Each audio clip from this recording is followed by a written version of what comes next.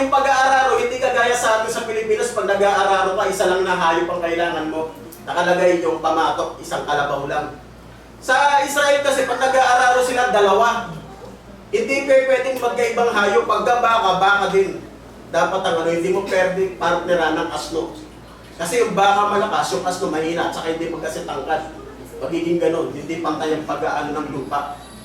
Same thing in spiritual, huwag tayong makipamatok sa kanila. Kasi para na natin ipinopromote yung santo ninyo. Tama? Tuloy po natin. Sabi niya, bukas ay pista ng Panginoon. Sila'y bumangong maaga ng kinabukasan at naghandog ng handog na susunugin. So ito, pagsamba na. Nagdala ng mga handog tungkol sa kapayapaan. Ang bayan ay umupong kumakain at umiinom at tumindig upang magkatuwa. So ito na, pista na nga eh. 7. At sinalita ng Panginoon kay Moises, nakakita ka agad ng Panginoong Diyos eh. Moises, yumaong ka. Hindi pa natatapos yung yumaong ka, bumaba ka. Sapagkat ang iyong bayan na iyong sinampa mula sa lupain ng Ehipto ay nagsisama. Kung napanood niyo po yung 10 Commandments, yung una, binasag niya yun eh. Sinira niya. Kasi nakakita niya, sinasamba na eh. Golden calf na eh. Golden bull. Hindi na yun Diyos. Alam niyo kung bakit binawal yan? In John 4:24, ang Diyos sa kanyang nature ay espiritu. Payag kayo? Sabi ni Jesus Christ yan. Ang Diyos ay espiritu. At ang mga sumasamba sa kanya ay dapat mag-isamba sa espiritu at sa katotohanan. Ganun po ang pagsamba sa Diyos. Hindi yung gagawa ka ng imahe. Hindi nga natin malaman ngayon kung sino yung tunay na imahe kasi merong maputing Kristo, may maitim, may kayumanggi, may inchik, may Indiano. Ano pa talagang totoo dyan? Eh kung ako tatanong nyo, ang gulo eh. Sino ba talaga which is which? Diba? May mahaba ang buhok, may maikli. Hindi pa tayo naguguluhan. Diba? Samantalang, kung susundin natin ang utos, wala pong magkakasala. Eh kahapon ko ang pinalabas, ako po yung nagpapasintabi na ngayon po, pangmanilang po ninyo ako, kung meron po tayong panauhin na RCC, pasensya na po. Ako po yung dati din pong korsilista sa Diguria ni Apostol Pedro. Kaya hindi po ito pang-atake. Biblical lang po tayo, pasensya na po kayo kung na-comment po. Ako po yung humihingi po ng paumanhin. Ang sabi po sa verse 7, sinalita ng Panginoon kay Moises, yumaong ka, bumaba ka, sapagkat ang iyong bayan na iyong sinampa mula sa lupain ng Ehipto, ano sabi niya? Nangagsisama. Sa Diyos, sa paningin pala po ng Diyos, mga kapatid, pagka ikaw gumagawa ng larawang inanyuan, na ihahalili mo sa Kanya upang sambahin, yung po sa paningin ng Diyos ay pagpapakasama mo na. Nagpapakasama ka na sa Kanya. Kasi ang Diyos po, Diyos na mapanibuguhin eh. Kayo man eh, asawa niyo, pagpapalit kayo sa iba, ang sakit nun. Ang sakit nun talaga. Kaya tama yung kanta ng Salbakuta eh. It really hurts. Totoo yun. Diba? Hindi mo pa nga asawa, boyfriend, girlfriend pa, diba? Para ka nang sinasaksak. Yung in love ka, tapos nakakita mo, tinatakpan-takpan mo pa yung chat ha. Kitang-kita ko. Nakakita ko magkasama kayo sa mulo. Diba? Minsan nauuhuli rin sa patibong eh. Nauuhuli rin sa eh. Diba? Kaya tama yung sinabi ng Biblia, walang lihim na hindi nabubunyag at hindi napapa sa liwanag. Tama? In the end, ibubunyag ka rin ng Diyos. Diba? Tuloy po natin. Verse 8, sila'y humiwalay na madali sa daan na aking inuutos sa kanila. Sila'y gumawa ng guyang binubo at kanilang sinamba. At kanilang hinainan at kanilang sinabi, ang mga ito'y iyong Diyos. O? Ang mga ito'y iyong mga Diyos o Israel na nagsampa sa iyo mula sa lupain ng Ehipto. Parang doon nila binigay yung attribute, ang naglabas sa kanila sa pagkakaalipin, yung Diyos.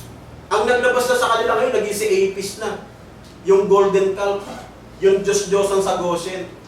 Kasi nung nadoon po sila for 130 years, talagang exposed na sila sa pagsampa sa Diyos-Diyosan kay God the Apis. Alam niyo po yung napunapanood yung pelikulang Ten Commandments, di ba nung namatay po yung kaisa-isang anak po ni Pharaoh, saan po niya nilagay? Meron pong statue doon na nakaganon yung kamay. Yung po yung Diyos po nila sa underworld na nagbabalik daw po ng taong namatay na para ibalik sa pagkabuhay. Yung po yung Diyos na si Ta. P-T-A-H. Kung pronounce po nila yung Ta, yung po yung pinakamataas na Diyos nila na kayang ibalik. Kaya pansinin niyo po, sabi niya, buhayin mo. Di ba pinapanood niyo po? Ito yung mahal na araw, pinapalabas yan Buhayin mo! Ipakita mo, ikaw yung Diyos na pinakamakapangyarihan, mas makapangyarihan pa sa Diyos ni Moises. Hindi po nga binuhay. Kasi hindi naman talaga siya Diyos Diba? Tuloy po natin ang pagbasa. Ngayon nga, sabi po ng Panginoon Diyos kay Moises, ganito Sabi niya sa verse 9, na sinabi ng Panginoon kay Moises, aking nakita ang bayang ito. At narito isang bayang may matigas na ulo. Pansinin niyo po, sa ibang mga bansa, pinipraise nilang masyado yung Israel. God chosen people. God's people. Pero pansinin niyo mismo sa bibig ng Panginoong Diyos, ano sabi niya? Ang bayang ito, bayang may matigas na ulo. Is that praise? Pati po yung mga Amerika. Sila nga po yung nagbigay ng malaking budget para po maitayo yung third temple. Alam niyo po bang nakatayo na ang third temple? Hindi kasi ngayon nag-Facebook Hindi kayo nagsasot. At ngayon po, nangyayari na uli na naghahain sila. Fully finished na po yung third temple. Ang number one po na nag-finance, USA. Sapagkat naniniwala sila ang Israel is the city of the Holy God. Verse 10, ngayon nga'y bayaan mo nga ako, sabi ng Diyos kay Moises, upang ang aking pag-iinit ay mag-alab laban sa kanila. At upang aking lipulin sila, ang plano ng Diyos talaga, sa wilderness pa lang, patay na lahat sila. Lilipulin ko na sila. Kasi pinagpalit ka agad siya Ang sakit nun Eto, mag-i-interview ako ng isang babae. Ikaw, sister, real talk lang Pagka ikaw natuklasan mo, ano mararamdaman mo nun? Di ba ang sakit? Parang pinagtakluban ka na. Ganun din po yung Diyos. Ang bilis mo naman ako ipagpalit. Kapalit-palit ba ako? Di ba? Parang nagkakaroon ka ng question sa sarili mo. Kapalit-palit ba ako? Nagpagluta nga ako Nagpa-patient pa ako kay Galayan. Tapos sa isang iglat, pinagpalit. Di ba? Tama yun Di ba? Ang mga babae, mga lalaki, nagpapaganda, nagpapagwapo. Para! Di ba? Kapalit-palit ba ako? Di ba? Parang ganun Tama yun, nakaka-relate tayo, mga kapatid. Parang kung makita natin. Kaya sabi ng Diyos, nilipulin ko na yan. At ikaw ang aking gagawing dakilang bansa. Pero pansinin niyo po, ang promise po ng gagawing dakilang bansa ang Israel po. Pero dahil sa kasalanan ito, ang plano na ng Diyos, lipulin din. Di ba? Pansinin niyo po, in Psalms chapter 138, 15 to 18. Ang Diyos-Diyosan ng mga bansay pilak at ginto, nagawa ng mga kamay ng mga tao. Sila'y may mga bibig, ngunit hindi sila nagsasalita. Nakita niyo na ba nagsalita? May bibig meron sila, di ba? Nagsasalita ba? Kausapin niyo maghapon, magdamag. Hindi kayo sasagutin yan. Di ba? Mga matay mayroon sila, ngunit hindi sila nakakakita. Sila'y may mga tenga, ngunit hindi sila nakakarinig. At wala mang anumang hininga sa kanilang bibig. Gusto niyo po, itapat niyo po yung tenga niyo Kung may maririnig kayong hininga Wala. Wala po talaga. Verse 30, ito po yung pinakamasama. Silang nagsisigawa sa kanila yung magiging gaya nila.